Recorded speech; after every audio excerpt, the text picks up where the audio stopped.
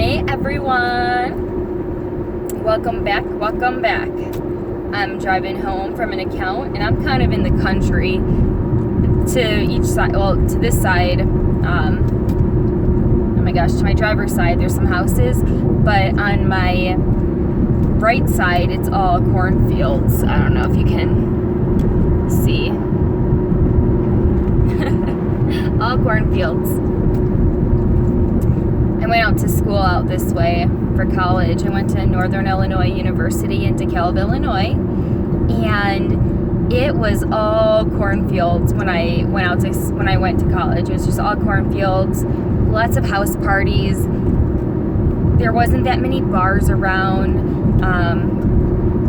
They just now got a Five Below, and there was Target and Walmart and stuff, but that was it. There wasn't anything, and then it started really getting developed out here. So it's kind of cool to see that evolution. So I am done with work for the weekend, which is such a great feeling. It's yes, I can finally relax, and it's not just on the go. Let's run. So I am planning on taking my motorcycle out and just riding and really taking advantage of this really beautiful, bright, sunny skies. And just kind of having fun. I just want to ride. I don't really have any destination that I want to go to. Maybe we'll head kind of towards Wisconsin, because where we live, it's 30 miles away is Chicago, but 30 miles away is Wisconsin. So, I would rather ride towards Wisconsin than Chicago any day, because people drive, crazy and no one's paying attention to bikes. And the weekend in the city just takes so long and forever, and then my bike heats up, and then it runs too hot, and I'd rather have a nice open road where I can just kind of let it, open up my throttle and really enjoy riding. Now, don't get me wrong, I don't ride like a total asshole anymore, okay? It's not worth it to me. I have nothing to prove, and I just feel like I have a lot more to live for now. And I'm not trying to sound depressing or anything. I had nothing to live for back when I was 18. But I have responsibilities now. I have 2 dogs that rely on me. I have a husband that relies on me. And, at 18, I was selfish. I would just, go crazy. And, cops in Illinois aren't supposed to chase motorcycles.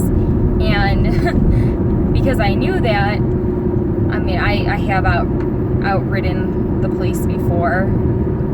It's fight or flight, right? And I flew. You weren't gonna catch me. That's a whole story, though. That's a story. But thing is cops are not supposed to chase you in Illinois for motorcycles, just because they chase a motorcycle and they go down, chances are they're gonna die.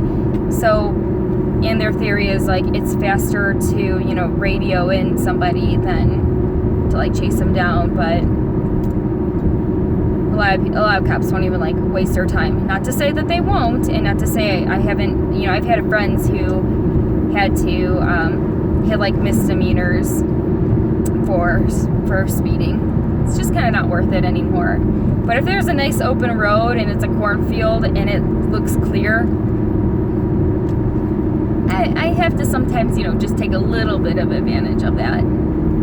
I did like drags. I used to go to this place called Byron, and it's actually where Trisha Paytas is from. If any of you guys watch her channels, she's kind of ostentatious, but she's from Byron, kind of by Rockford. And I used to go to the drag strip, and I would race my little R6, my hot pink and black R6 motorcycle, and just have fun with it. It was called Test and Tune, and I think it was I don't remember it, but you just paid some money to get in, and then you could take your bike and you would race somebody else. I would usually go up against my brother or a friend. I met a lot of friends through riding. who would have thought being a girl, you would make friends, riding. Of course, every guy wants to be your friend. And then when you get engaged, then all your friends are no more. Learned that the hard way. It was like, why doesn't this person like me anymore? It's because, girl, you got engaged and you're off the market. And, not like thinking like I'm all that in a bag of chips or anything, but it's true. Like, as soon as, like, I had all these, like, motorcycle guy friends that I would ride with, and we'd all have a good time, but as soon as that ring was on my finger, yep, I had no more friends to ride with, which kind of sucks. And then the other part, too, is even some of my other friends that, because in motorcycles, let's just get real quick, for every like one girl, there's like 100 guys. It's getting more popular with women riding, but it's definitely more male dominating, kind of, So, of course, when like one of my guy friends would get a girlfriend, then all of a sudden it was Savannah who. And not that I'm like up anyone's ass, and like I was dating Justin for 4 or 5 years before we got engaged, and he's like obviously been there for like a big chunk of like my time, but it just is what it is. And Justin never really had an interest in motorcycles, which is kind of crazy, because I would have pictured myself like, being a female that rides, I would have thought like I would have ended up with, a guy that rides, right? But no, not my husband. Well, actually, so let me slow down. So my husband, when we first met, I was 21, and he was like, he's just like a sweet guy who was really smart. He's into his studies. He was the kind of guy that would like, put up folders so that way no one would cheat on the test, right, on his test, and I'm the one knocking the folders down to like cheat. He's like a good boy, okay? And when we first started dating, we were talking about like different bicycles and stuff. Like I was talking about like how I had a Mongoose like bicycle, and Justin's like, yeah, I don't even know how to ride a bike. I'm like, what do you mean you don't know how to ride a bicycle? Like, my goodness, I was definitely like a toy girl, like quads or, like we would take a wagon and like tie it to a bike, and we would, pull each other, and, take rollerblades, and I would, tie a rope against like my waist, and someone would pull me. Like we did stuff, right? Like we played outside. So it's like I couldn't fathom like a 23-year-old guy not knowing and not like joking or exaggerating that he didn't know how to ride a bicycle. Like he literally didn't. So I was like, your parents were terrible. And I mean, that's not something you should say to your mother-in-law, but I totally might have one time said that. It's like jokingly, but it did hurt her feelings. But come on, like, you didn't teach your kid how to ride a bicycle? Like, what the hell's wrong with you?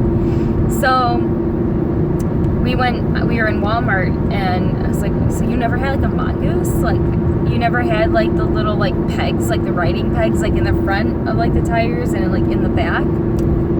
So that way like a kid could like put, their feet on the back and hold your shoulders, and you would like ride them around. Like, you didn't have that? He's like, no. I'm like, you need a Mongoose. So I bought me a Schwinn. It was like hot pink and black, and I bought Justin a Mongoose mountain bike, and I was like, we're gonna learn how to ride.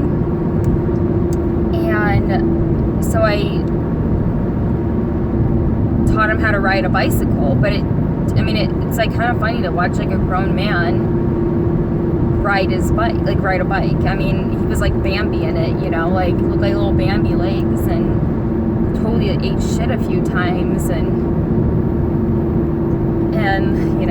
so once he got comfortable enough, I would say it took like 2 summers for him to get really comfortable with a bicycle. I was like, okay, once you're able to, I mean, and this is going to sound probably crazy, because even at me, it sounds crazy to me, where I told him, like, if you're able to take your hand off, like, one of the bar handles and hold it up and pedal, and then you can do it with the other one and stand up and pedal, you know, like 3 different tasks, I'm like, then I'm going to get you on a motorcycle. And he's like, oh my God, no. So, I mean, after like 2 summers of him learning how to ride a bike, I was like, okay, we're engaged now, we're getting married in the fall. Like, Justin, you better, like, you need to know how to ride a motorcycle. He's like, oh no, I don't know how I feel about that. And I'm like, well, there's motorcycle safety school. I'm signing you up for it because I want you to feel comfortable enough, because I've always had a bike. I've even had like a few bikes at a time. It's like not, you know, uncommon for me to have a couple bikes at a time. So I'm like, you need to be comfortable enough to know how to, like, just even do basic things. Like, I don't really care if you want to ride or not. Like, that's up to you. But I want you to be able to, like, know how to ride and at least, like, the fundamentals of it. So that way, if, like, say, like, something ever happens to me, you're comfortable enough to, like move it around in the garage. Or if, like, you know, whatever, you need to know how to, you should know how to ride it and operate it. And, like, he was cool with that. So where we live, for $20, and then you can even request your $20 back. It's called like the Midwest Motorcycle Safety Foundation, and they'll provide you and it's a 3-day course. They'll provide you a motorcycle, a helmet, and like the classroom portion of it. And then if you complete, you know, the tasks, then you get your motorcycle license at the end of the class. And it's like super nice. When I was younger, I went ahead and I did the motorcycle safety class because no one in my family actually rode motorcycles at the time, and I was the first one. And I took the class and I thought it was great. It really taught me a lot. You just have to, like, if I remember correctly, you have to bring your own riding boots. It could be any kind of boots. It just has to cover, or any kind of shoes. It just has to cover your ankles. So I think like Converse would be fine, like high top Converse, providing that they cover your ankles. Gloves. They don't care if it's like a gardening glove. They don't care if they're like winter gloves. You have to have gloves and a long sleeve shirt, and they'll provide the rest. Oh, and I think eye protection. So sunglasses, clear glasses, whatever, just eye protection. In Illinois, it's illegal to ride a motorcycle or like a any kind of like, I can't think, like a 2-wheel, you know, like a moped or whatever. You have to have eye protection. But in Illinois, it's a ride or die state, so you don't have to wear a helmet, which I think that's totally up to you. Like, do I wear a helmet every time? If I'm riding far, yes. If I'm just taking my bike around the block, no. And you should, but I don't. Like, if it's around the block, no.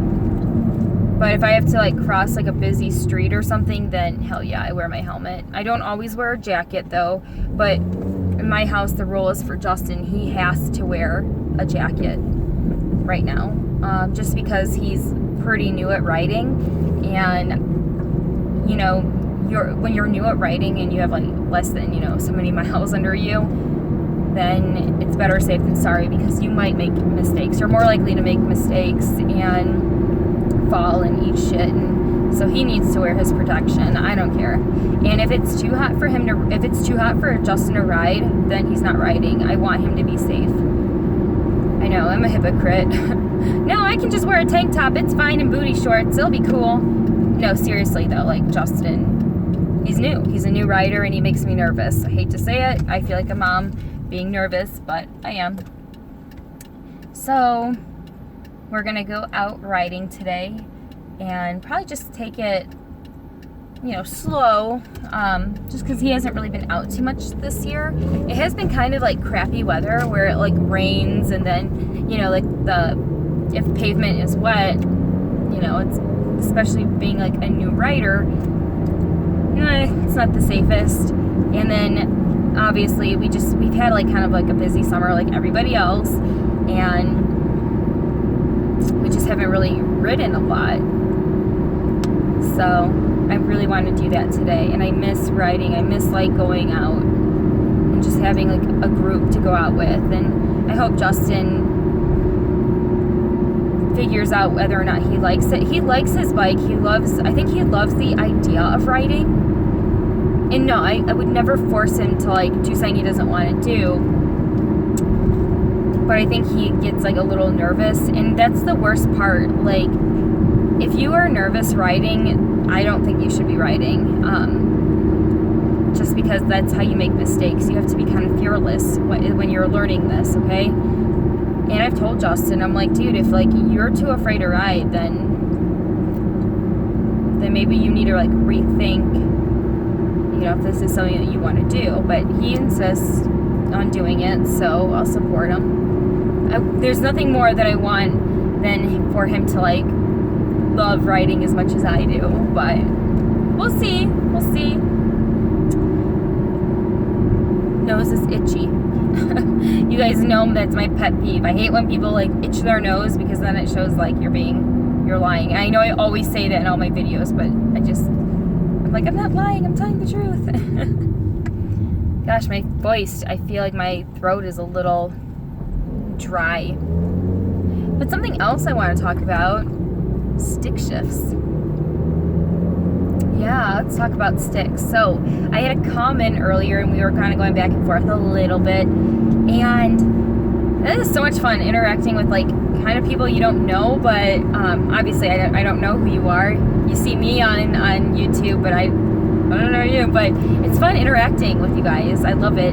But they were talking about wanting me to stall out my car. I'm not going to do that on purpose. That seems like crazy. Have I killed my car? Yeah, I'm not perfect.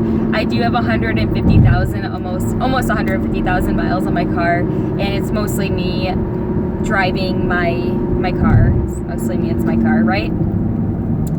Do I kill it from time to time? Of course. Everyone who everyone who drives a stick shift, everyone that rides a motorcycle will kill your vehicle every now and again. It's just the nature of this beast, right? And you're right. For that person that asked, yeah, it does feel like it's shaking and kind of vibrates, and then it just kind of goes, you know, the car just will die, and then you have to turn your car back on, and then you're good to go. Gotta be careful not to flood it. I've never done that with this car. I have flooded other vehicles before, but not this one.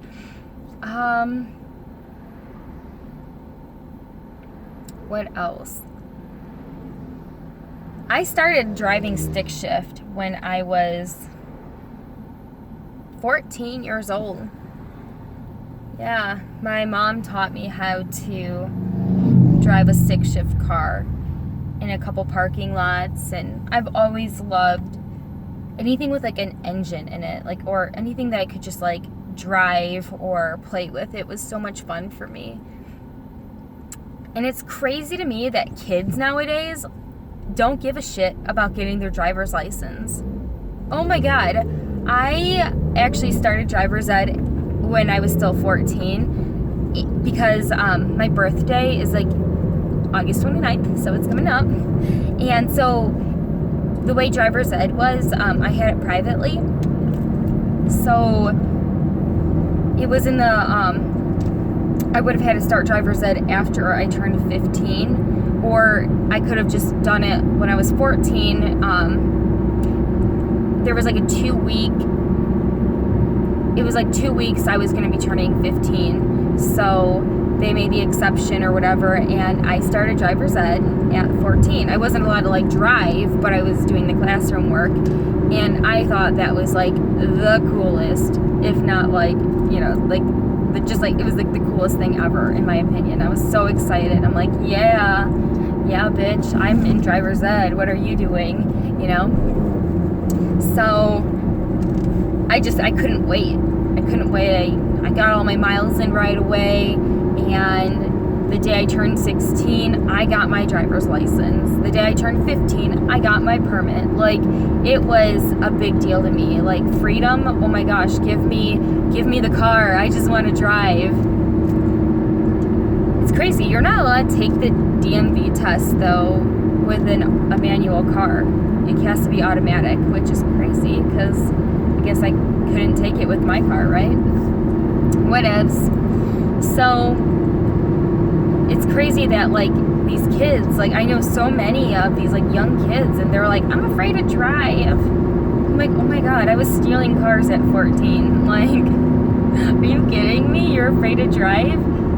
Oh, well, you know, I don't really need it. It doesn't seem like it's necessary.